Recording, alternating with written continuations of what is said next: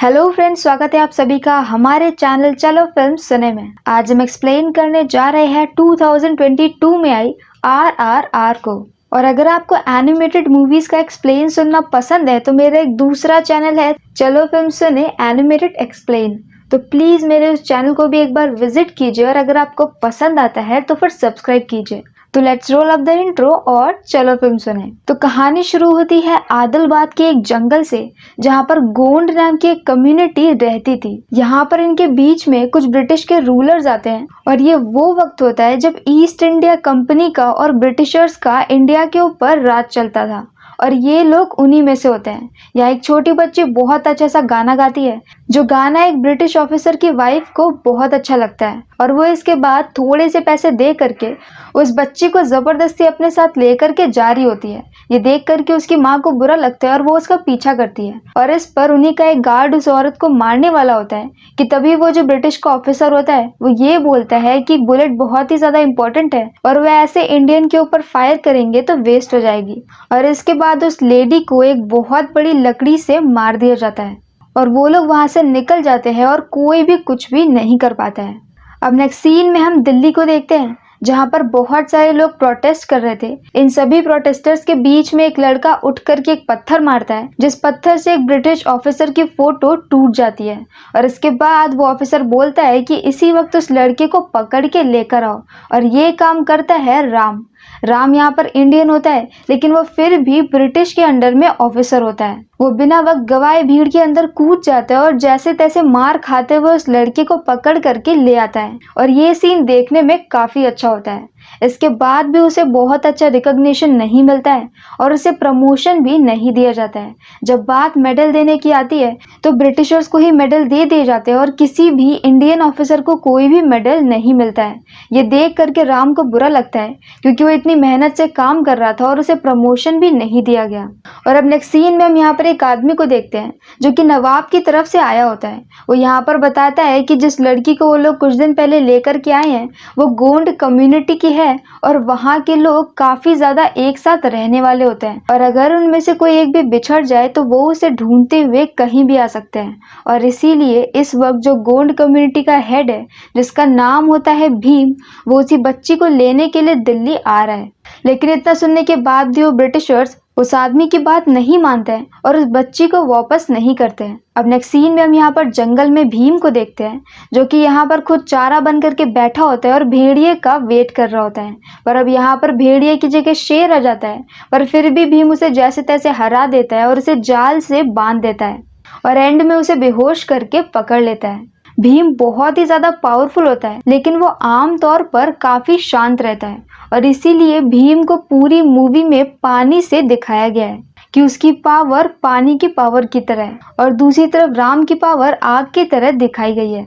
यहाँ पर भीम दिल्ली के शहर तक पहुंच चुका होता है और यहाँ पर वो एक मुस्लिम फैमिली के साथ एक मुस्लिम आदमी बन करके रह रहा होता है और इस फैमिली को पता होता है कि भीम यहाँ पर किसी को छुड़ाने आया है। यह उस फैमिली की एक बाइक को ठीक करने वाली गैरेज होती है, जहाँ पर एक दिन एक ब्रिटिशर आता है।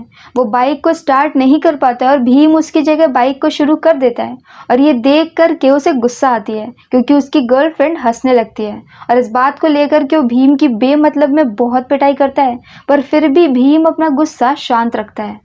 दूसरी तरफ ब्रिटिशर्स को ये बात पता चल गई थी कि उस बच्ची को छुड़ाने के लिए एक शिकारी आ रहा है, इसीलिए वो लोग बोलते हैं कि जो भी उस शिकारी को पकड़ के लेकर के आएगा उसे प्रमोशन मिलेगा। और राम को इसी पल का इंतजार होता है। वो कहता है कि उसे जिंदा चाहिए या फिर मुर्दा। तो वहां पर उसी ऑफिसर की वाइफ बोलती है कि अगर वो जिंदा लेकर आए तो प्रमोशन मिलेगा और अगर मुर्दा लेकर आए तो पैसे मिलेंगे। और अब यहाँ से राम उसे शिकारी के पीछे लग जाता है, पर उसे उस शिकारी की शक्ल या फिर नाम कुछ भी पता नहीं होता है। और अब नेक्स्ट सीन में हम यहाँ पर भीम को देखते हैं, जो कि उसी जगह के सामने खड़ा होता है जिस पैलेस के अंदर उस बच्ची को रखा गया होता है। यहाँ सामने वो देखता है जेनी को, जो कि दूसरों की कंपैरेटिवली काफी ज्यादा हम्बल होती है और वो दूसरे ब्रिटिशर्स की तरह नहीं होती है। वो यहाँ पर दूसरों का दुख दर्द समझती है और उनकी हेल्प करती है। भीम को समझ में आ जाता है कि अगर उसे अंदर जाना है तो जेनी उसे अंदर लेकर के जा सकती है। नेक्स्ट सीन में हम राम को देखते हैं, जो कि ऐसे ही किसी आज़ादी से रिलेटेड भाषण को सुनने के लिए आया होता है, क्योंकि उसे पता होता है कि जब वो इन लोगों के बीच में रहेगा तभी उसे शिकारी के बारे में पता चलेगा। यहाँ पर वो बोलता है कि उन्हें ब्रिटिश ऑफिसर को मार देना चाहिए। ये सुनकर के वहां पर लच्छू उसके पास में आता है, जो कि भीम का भाई होता है। वो कहता है कि अगर वो ब्रिटिश ऑफिसर को मार सकता है तो फिर वो उसे किसी से मिलवाना चाहता है, और यहाँ से वो उसे भीम से मिलवाने लेकर के जाने लगता है। पर यहाँ पर रास्ते में पुलिस उन्हें रोक लेती है, तो राम चुपके से अपना बैच उसे दिखाता है और उसे आगे जाने के लिए बोलता है। यहाँ पर वो ऑफिसर गलती से राम को सैल्यूट कर देता है, और ये देखते ही लच्छू समझ जाता है कि वो भी ब्रिटिश के साथ में है। इसके बाद लच्छू वहां से भागता है और राम उसका पीछा करता है, पर लच्छू जैसे तैसे वहां से बच करके निकल जाता है। अब यहाँ पर राम जिस पुल के ऊपर खड़ा होता है, उसी पुल के नीचे नदी के पास में भीम होता है। यहाँ पुल के नीचे से एक तेल का टैंकर जा रहा होता है, जिसमें से तेल लीक होने की वजह से वो अपनी पटरी पर से उतर जाता है और नीचे गिर जाता है। नीचे पानी में एक बच्चा होता है, जिसके चारों तरफ अब आग होती है। यहाँ पर राम भीम को देखता है और भीम राम को देखता है। राम उसे इशारों इशारों में ऐसे इशारे करता है जो कि भीम समझ भी जाता है, जबकि आज तक वो कभी भी राम से मिला भी नहीं था। और इसके बाद राम और भीम बाइक और घोड़े और रस्सी की हेल्प से बहुत ही ज्यादा अनरियलिस्टिक तरीके से उस बच्चे को बचा लेते हैं, और यहीं से इन दोनों की दोस्ती हो जाती है। यहाँ पर जैसे एक गाने में लड़की पट जाती है, वैसे ही एक ही गाने में इन दोनों की फ्रेंडशिप भी बहुत ज्यादा स्ट्रांग हो जाती है, और दोनों ही एक दूसरे को भाई की तरह मानने लगते हैं। दूसरी तरफ राम यहाँ पर लच्छू का स्केच बना करके हर किसी से लच्छू के बारे में पूछ रहा होता है, पर उसे अभी तक कुछ भी पता नहीं चलता है, और अभी तक भीम ने भी राम के पास उस स्केच को नहीं देखा होता है। ऐसे ही राम और भीम एक बार बाइक से जा रहे होते हैं कि तभी वहां पर भीम जेनी को देखता है। राम समझ जाता है कि भीम को जेनी से बात करनी है, तो वो उसकी कार के सामने जाकर के कुछ कीले डाल देता है, और जैसे ही जेनी अपनी कार लेकर के उनके ऊपर से गुजरती है, उसका टायर पंचर हो जाता है। अब राम यहाँ पर इंग्लिश में जेनी से कहता है कि अगर वो चाहे तो फिर भीम उसे अपनी बाइक पे ड्रॉप कर देगा। इसके बाद भीम जेनी को लेकर के बाजार में जाता है, जहाँ पर जेनी बाद में उसे एक कार्ड देती है और उसे अपने घर में हो रही एक पार्टी में इनवाइट करती है। भीम और राम यहाँ पर पार्टी में सूटेड बूटेड होकर के पहुंच जाते हैं, जहाँ पर एक सॉन्ग होता है, और इस सॉन्ग में मुझे गाना तो बिल्कुल भी अच्छा नहीं लगा, लेकिन यहाँ पर जूनियर एनटीआर और रामचरण का डांस एक नंबर था। गाने के बाद जेनी भीम को लेकर के जाती है चाय पिलाने के लिए, जहाँ पर खाना खाने के बहाने भीम इधर उधर ढूंढता है, और अब उसे फाइनली वो बच्ची दिख जाती है। बच्ची इसी वक्त उसके साथ जाना चाहती है, क्योंकि वो काफी ज्यादा घबरा गई थी, और उन लोगों ने उसे एक जाल में बंद करके रखा होता है। पर इस वक्त वो उसे वहां से नहीं छुड़ा सकता, तो वो बच करके वहां से निकल जाता है। दूसरी तरफ राम को भी यहाँ पर ढूंढते ढूंढते फाइनली लच्छू मिल जाता है, और वो उसे पकड़ लेता है और उसे बहुत मारता है। यहाँ जब वो उसे मार करके थोड़ी देर के लिए बाहर जाता है, तो लच्छू यहाँ पर अपने पास में एक सांप को पकड़ लेता है, और इस बार राम जैसे ही अंदर आता है, वो उसके ऊपर सांप को छोड़ देता है। सांप उसे काट लेता है, और अब 1 घंटे में राम की डेथ हो जाएगी। यहाँ पर अब वो लच्छू को छोड़ देता है, और उसने लच्छू के पास में एक ऐसा धागा देखा होता है जो कि लच्छू ने पहन करके रखा होता है। राम यहाँ पर मरती हुई हालत में भीम के पास में जाता है, और भीम जल्दी से उसे जड़ी बूटी बना करके पिला देता है, जिसकी वजह से राम की हालत भी सुधरने लगती है। पर अब वो यहाँ पर उसी धागे को भीम के पास भी देख लेता है, जो कि उसने लच्छू के पास देखा होता है, और वो समझ जाता है कि भीम ही लच्छू का भाई है, और भीम ही वो शिकारी है। यह राम की हालत खराब होती है, तो भीम उसे उसके घर पे छोड़ करके निकल जाता है उस बच्ची को बचाने के लिए, क्योंकि आज वहाँ पैलेस में एक बहुत बड़ा फंक्शन होने वाला है, जिसकी वजह से वो लोग आज अंदर जा सकते हैं। भीम एक ट्रक में बहुत सारे पकड़े हुए जानवरों को लेकर के अंदर तोड़ते हुए चला जाता है, और सारे जानवर छोड़ देता है। सारे जानवर यहाँ पे ब्रिटिशर्स के ऊपर अटैक करते हैं, क्योंकि उनको भी पता होता है कि उन्हें औरतों, बच्चों और भीम की टीम पर अटैक नहीं करना होता है, और ये भी काफी ज्यादा अनरियलिस्टिक और लॉजिकल नहीं होता है। यहाँ पर अब भीम उस बच्चे के पास पहुंच ही गया होता है कि तभी वहां पर पीछे से राम आता है, जो कि अब काफी हद तक ठीक हो गया था। यहाँ पर राम और भीम के बीच में एक बहुत लंबी फाइट होती है, जिसमें एंड में उसी बच्ची को गन पॉइंट पर ले लिया जाता है, और अब भीम के पास और कोई भी चारा नहीं होता है, तो वो सरेंडर कर देता है। भीम पकड़ा जाता है, और उसके बाकी सारे साथी भाग जाते हैं। सीन शिफ्ट होता है राम की तरफ, जहां पर अब उसे फाइनली प्रमोशन मिल चुका है, और अब वो उस जगह का इंचार्ज बन गया है जहां पर सारे हथियार रखे जाते हैं, और एग्जैक्टली यही उसे चाहिए था। अब सीन शिफ्ट होता है फ्लैशबैक में, जहां पर हम देखते हैं कि राम के पिता भी पहले ब्रिटिश के अंडर में ही काम करते थे, और वो भी एक सिपाही थे। पर एक दिन वो देखते हैं कि वही ब्रिटिश ऑफिसर जो कि आज यहाँ पर दिल्ली में बैठा हुआ है, उस वक्त वो उनके बटालियन का हेड होता है, और वो एक गांव के सरपंच को जानबूझ के मार देता है। ये देख करके राम के पिता को अच्छा नहीं लगता है और वो अपनी जॉब को छोड़ देते हैं। इसके बाद वो गांव जाते हैं और गांव में अपनी एक सेना बनाने लगते हैं। उनके पास बंदूकें नहीं होती हैं, इसीलिए वो लकड़ी की बंदूकों पर हर किसी को प्रैक्टिस करवाते हैं। पर एक दिन राम चुपके से उनकी बंदूक उठा लेता है और उससे प्रैक्टिस करता है। राम का निशाना बहुत ही अच्छा होता है और वो एक शार्प शूटर होता है। वो बहुत दूर से और बहुत सही निशाना लगा लेता है। ये देख करके उसके पिता बहुत ही खुश होते हैं कि तभी वहां पर बहुत सारे ब्रिटिश के ऑफिसर अटैक कर देते हैं। राम के पिता अपने पूरे गांव वालों को बचाने के लिए कुर्बान हो जाते हैं और सभी लोग भाग जाते हैं, लेकिन राम के पिता की डेथ हो जाती है और जो लास्ट गोली उन्हें लगती है वो राम ने ही मारी होती है, क्योंकि राम के पिता ने अपनी पूरी बॉडी पर बम को लगा लिया था और वो जानबूझकर ब्रिटिशर्स के सामने चले गए थे ताकि पीछे से राम उन्हें शूट करे और बॉम्ब वहीं पर ब्लास्ट हो जाए, क्योंकि अब उनके पास सिर्फ एक ही बुलेट बची होती है। राम ऐसा ही करता है और इसके बाद वो अपने पूरे गांव वालों से वादा करता है कि वो यहाँ पर हर किसी को बंदूकें दिला के रहेगा ताकि वो लोग ब्रिटिशर्स का सामना कर सके। और इसी इरादे से वो दिल्ली आया होता है और इतने वक्त से वो यहाँ पर पुलिस के अंडर में काम भी इसीलिए कर रहा होता है कि उसे एक दिन ऐसा प्रमोशन मिल जाए कि वो ऐसे ही किसी जगह का इंचार्ज बन जाए जहाँ से वो सारी बंदूकें ले जा करके अपने गांव वालों को दे सके।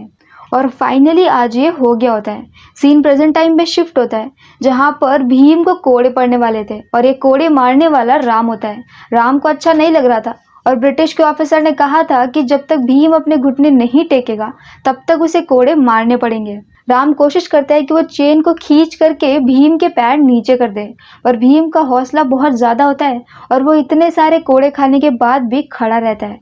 इनफैक्ट वो एक गाना गाता है जिसके बाद वहां पर जितनी भी आम जनता होती है उन सब के अंदर भी जोश आ जाता है और वो लोग भीम को बचाने की कोशिश करते हैं। भीम को पकड़ के दोबारा से जेल में डाल दिया जाता है और अब फाइनली राम को गिल्ट फील होता है। वो इस बात को लेटर में लिख करके अपनी गर्लफ्रेंड सीता को भी बताता है, जो कि वही उसके कबीले में ही होती है और उसका इंतजार कर रही होती है। सीता को ये लेटर भी मिल जाता है जिसे पढ़ करके वो भी परेशान हो जाती है।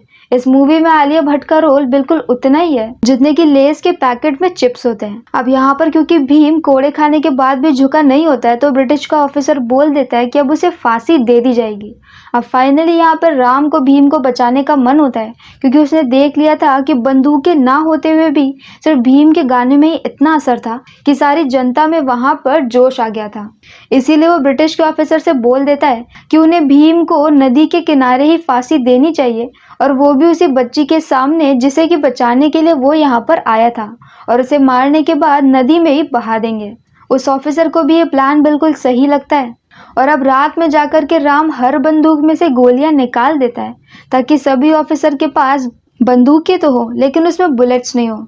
अगली सुबह जब राम अपनी कार में उसी बच्ची को लेकर के जा रहा होता है तब पीछे से कार में वही ऑफिसर भी आ रहा होता है जिससे कि राम के ऊपर शक हो जाता है। यहाँ पर वो ऑफिसर ये भी नोटिस कर लेता है कि राम ने जानबूझकर एक पेड़ को काफी हद तक काट दिया है और अब राम जैसे ही उस पेड़ के आगे निकलता है वो पेड़ को गिरा देता है, पर वो ऑफिसर बच जाता है और इसके बाद यहाँ पर फाइटिंग शुरू हो जाती है। राम यहाँ पर हर किसी को मारता है और उस बच्ची को भागने देता है। दूसरी तरफ उसने भीम के पास में अपने एक दोस्त के हेल्प से ब्लेड भिजवा दी थी जिसकी वजह से वो यहाँ पर अपनी रस्सियों को काट लेता है और भीम भी फाइट करने लगता है और वो फाइनली राम को पीट करके उस बच्ची को लेकर के निकल जाता है। भीम को ये बात नहीं पता होती है कि उसे छुड़ाने वाला राम ही है, उसे तो राम के ऊपर गुस्सा आ रहा होता है। अब सीन यहीं पर कट हो जाता है और नेक्स्ट सीन में हम राम को देखते हैं जो कि काफी महीने बीत गए होते हैं जिसकी वजह से उसकी दाढ़ी बहुत ज्यादा उग गई होती है और इस वक्त वो भी उसी जेल में होता है जहाँ पर कभी भीम था। यहाँ पर राम अपनी लगातार प्रैक्टिस कर रहा होता है और अपनी बॉडी लगातार बनाते जा रहा होता है। दूसरी तरफ भीम यहाँ पर भागते भागते हाथरस तक पहुंच जाता है और ऐसे वो एक सराय में बैठा होता है कि तभी वहां पर हर तरफ ब्रिटिशर उसकी तलाश कर रहे होते हैं और पता नहीं कहां से उन्हें भीम की फोटो भी मिल गई होती है। ऐसे ही वो ढूंढते ढूंढते उसे उसी सराय में आ जाते हैं जहां पर उस वक्त सीता होती है। सीता यहाँ पर राम से मिलने के लिए जा रही होती है, पर यहाँ पर वो ब्रिटिशर्स को ये बोल देती है कि यहाँ पर सभी लोग बहुत ज़्यादा बीमार हैं और उन्हें छुआछूत की बीमारी है। ये सुन करके सारे ऑफिसर वहाँ से भाग जाते हैं और वो इस तरह से भीम को बचा लेती है। इसके लिए भीम उसे थैंक यू बोलता है और बाद में उसे ये पता चलता है कि वो यहाँ पर राम से मिलने के लिए जा रही है। अब यहाँ पर सीता उसे राम की सारी कहानी बताती है कि राम का रियल प्लान आज़ादी है। ये सुन करके भीम को बहुत पछतावा होता है और अब उसे समझ में आता है कि वो यहाँ पर आज जिंदा है क्योंकि राम ने उसकी हेल्प की थी। अब इसके बाद यहाँ पर भीम दोबारा से दिल्ली जाता है और जेनी से मिलता है। जेनी उसे उस महल का मैप दे देती है जिसकी हेल्प से वो जा करके फाइनली राम को छुड़ा लेता है। राम और भीम वहाँ पे सबसे फाइटिंग करके बहुत ही अनरियलिस्टिक तरीके से निकल जाते हैं और वहां से निकल करके जंगल में भागते हैं।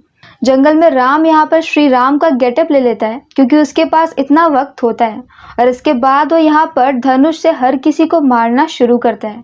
उसके तरकश में तीर खत्म ही नहीं होते हैं और वो लगातार सबको मारता रहता है और वो तीर उसे कहाँ से मिले ये बात कोई नहीं जानता। और अब फाइनल सीन में एक बार फिर से राम अपने घोड़े पर और भीम एक बाइक पर बैठ करके उसे ब्रिटिश ऑफिसर की तरफ को बढ़ जाते हैं जहां पर उन्हें जा करके वो सारी बंदूकें चुरानी होती हैं।